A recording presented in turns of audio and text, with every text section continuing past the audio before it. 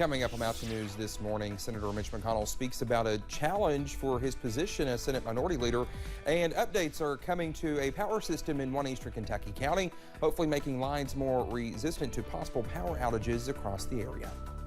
Dedicated to eastern and southern Kentucky, this is WYMT Mountain News this morning. 6 o'clock here. I'm Dakota Makris. It's Wednesday, and I literally just said during the break, I can't believe it's already 6 o'clock. I mean, I guess time flies when you're having fun. And Brandon, buddy, we're having fun this morning. I mean, Always. That's right. Always a lot of fun. You know, sometimes. What? Nothing. I don't know what I was going to say. I mean, sometimes we have fun. Other times, you know. Well, I mean, if it's like severe weather or something, it's a little bit different. Well, that's in your wheelhouse, not mine. Yeah, but 9 times out of 10, though, we have a good time. Yeah. Absolutely. Yeah. All right, we're having a good time this morning, and hopefully you're staying warm because it's a little cold out there across the region today. Some 30s across the board. Buffalo Mountain and Hazard, 36 this morning over at the Perry County Hazard Airport, Wendell Ford Airport there, and you'll see again that temperature at the Julian Carroll Airport at the National Weather Service office at Jackson, right? It's where it's supposed to be, 35. Everybody else kind of around the region is in the mid to upper 30s. But remember, these temperatures are going to drop through later this morning, so it's going to take a little while longer. So on your coffee meter, a little extra to max what we needed, depending on if you're cold-natured or not. But for your donut forecast for the next dozen hours, I wish I could tell you conditions were going to change, and they might. Models are trying to show some clearing this afternoon. I don't quite buy it, but we'll see how it plays out. If it plays out that way with the clearing, maybe low 40s, but I think most of us under those overcast skies will stay in the upper 30s all day long. Dakota? All right, Brendan, thank you. Abortion access was debated at the state capitol Tuesday. The Kentucky Supreme Court heard arguments over if a right to an abortion is protected in the state constitution. Our Phil Pendleton listened in and has more on what took place. As the state Supreme Court was hearing arguments, a protest was taking place inside the Capitol. Those protesters wanting the state Supreme Court to verify that abortion rights are constitutional. Of course, this all follows a ruling from the nation's highest court last summer. Protesters want abortion access restored. They yelled and chanted for more than an hour, while attorneys argue their cases before the justices. The issue came about when a 2019 law took effect right after the U.S. Supreme Court handed down a decision giving the abortion question back to the states. The question is if the Kentucky state constitution protects a right to abortion. At what point in pregnancy does the state's interest in protecting potential fetal life become compelling enough to outweigh an individual's rights to make their own determinations about their bodies and about their pregnancies? They're asking this court to hold that our Constitution enshrines a right to abortion for any reason and no matter the circumstances. The Attorney General respectfully urges the court not to go down that path and not to create the Kentucky version of Roe versus Wade. This is an issue that will likely get more debate. It was stated today that Indiana has already revised their abortion laws to be less restrictive. It was stated today that Kentucky lawmakers have that option as well. In Frankfort, Phil Pendleton, WYMT Mountain News. Well, we don't know when justices will decide on the issue, but most abortions are still banned in Kentucky while the High Court thinks about its decision. Governor Andy Beshear announced 2 executive orders on Tuesday relating to medical marijuana.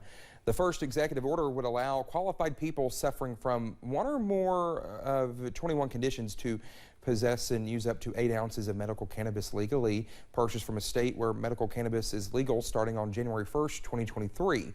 The second announced order also starts construction on a framework to regulate Delta 8 products, which contain lower amounts of THC but are legal throughout the state. The governor explained this will allow a framework for the regulation of medical cannabis should it be legalized during the next legislative session, which begins in January. Kentuckians of all ages are suffering from chronic conditions. Medical providers are prescribing opioids and painkillers that are not providing relief, and Kentuckians are fearful of falling into addiction. Kentuckians are leaving this state to access medical cannabis, some of them leaving this state for good to go to a place where medical cannabis is legal. They want to be able to return to the Commonwealth if they can without breaking the law. Well, the governor says the executive orders are not a substitute for much needed legislation to fully legalize medical cannabis. He said he will work with lawmakers during the upcoming session to push for full legalization. Well, Senate Minority Leader Mitch McConnell welcomed newly elected Republican senators to Washington, D.C. The group is in the nation's capital for the congressional member orientation. The group gathered in his office for a photo op, and Senator McConnell encouraged the new senators to accomplish something during their time. Okay, we're happy to welcome our new senators this morning. Our former colleague Lamar Alexander used to say it's hard to get here, hard to stay here. So while you're here, why don't you try to accomplish something? And so we're thrilled to have these new senators orientation this week, and look forward to making significant progress for the country. When a shouted question asked if the new members would support Senator McConnell as leader, they were encouraged not to answer, and the Senate Minority Leader declined to answer as well. Well, the senator spoke openly about his position as Senate Minority Leader being threatened by at least one other Republican.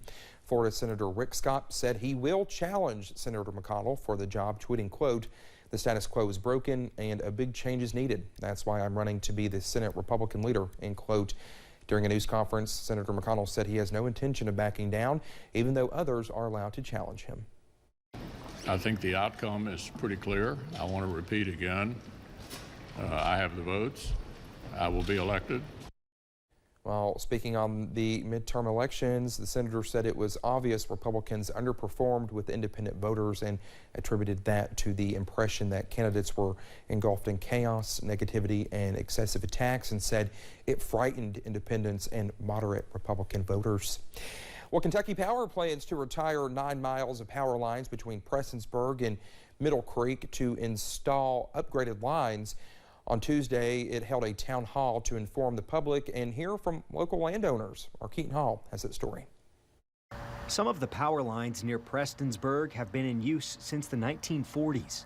Kentucky Power now has plans to replace a 9-mile stretch and bring those lines into the 21st century. There'll be different materials, so they're more resilient, and overall should improve power reliability for this part of eastern Kentucky.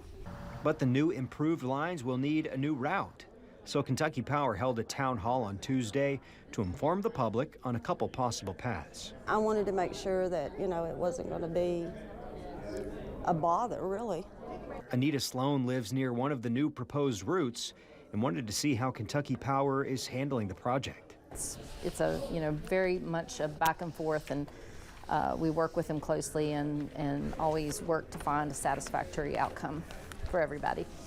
Kentucky Power will work with affected landowners to come to an agreement, since there will be some who have to concede property. It's not a matter of concessions as much as it's a matter of necessity. If you want better service, you got to work with them. And the thing about it is, they can work with them. Kentucky Power is taking public input on the path until December 5th. And while there are some who are concerned about the project, Sloan is looking forward to better service. I'm actually looking forward to it. I think it's positive. Construction is expected to begin in early 2024. In Prestonsburg, Keaton Hall, WYMT Mountain News.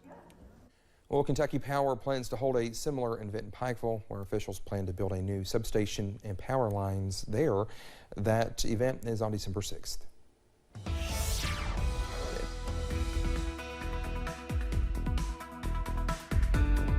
Coming up on 6:09 this morning, we're looking at UVA-wise. Hopefully it stays on. We have a lot of glitches out of this camera for some reason, but overcast skies over that way this morning. And their sensors out. I forgot about that before I put this on there. So you're not getting any information from that, but you can at least see the camera there telling you that it's overcast over that way. 36 in Clintwood. I'd say it's pretty close over in Wise. 36 Hazard, Pikeville, Harlan, London. The cool spot is 35 at Jackson. And it looks like our warm spot now is Jonesville at 39. I'm trying to see if there's any other ones out there in the 39-degree range. But those temperatures will continue to drop through about mid-morning, so we're going to continue to watch that. Temperatures basically where they were this time yesterday for most locations, although Logan and Pikeville, along with Jonesville, are 2 degrees colder, and Harlan is 5 degrees colder. A couple of spots like Moorhead, Hazard, and Middlesboro, a degree or 2 warmer. Prestonsburg joins that as well. So basically overcast skies today. It's going to be gloomy for most of the day. Some peaks of sunshine possible late. Not going to count on those, but if we do get those, that will take our temperatures today for daytime highs from the upper 30s into the low 40s. Dakota?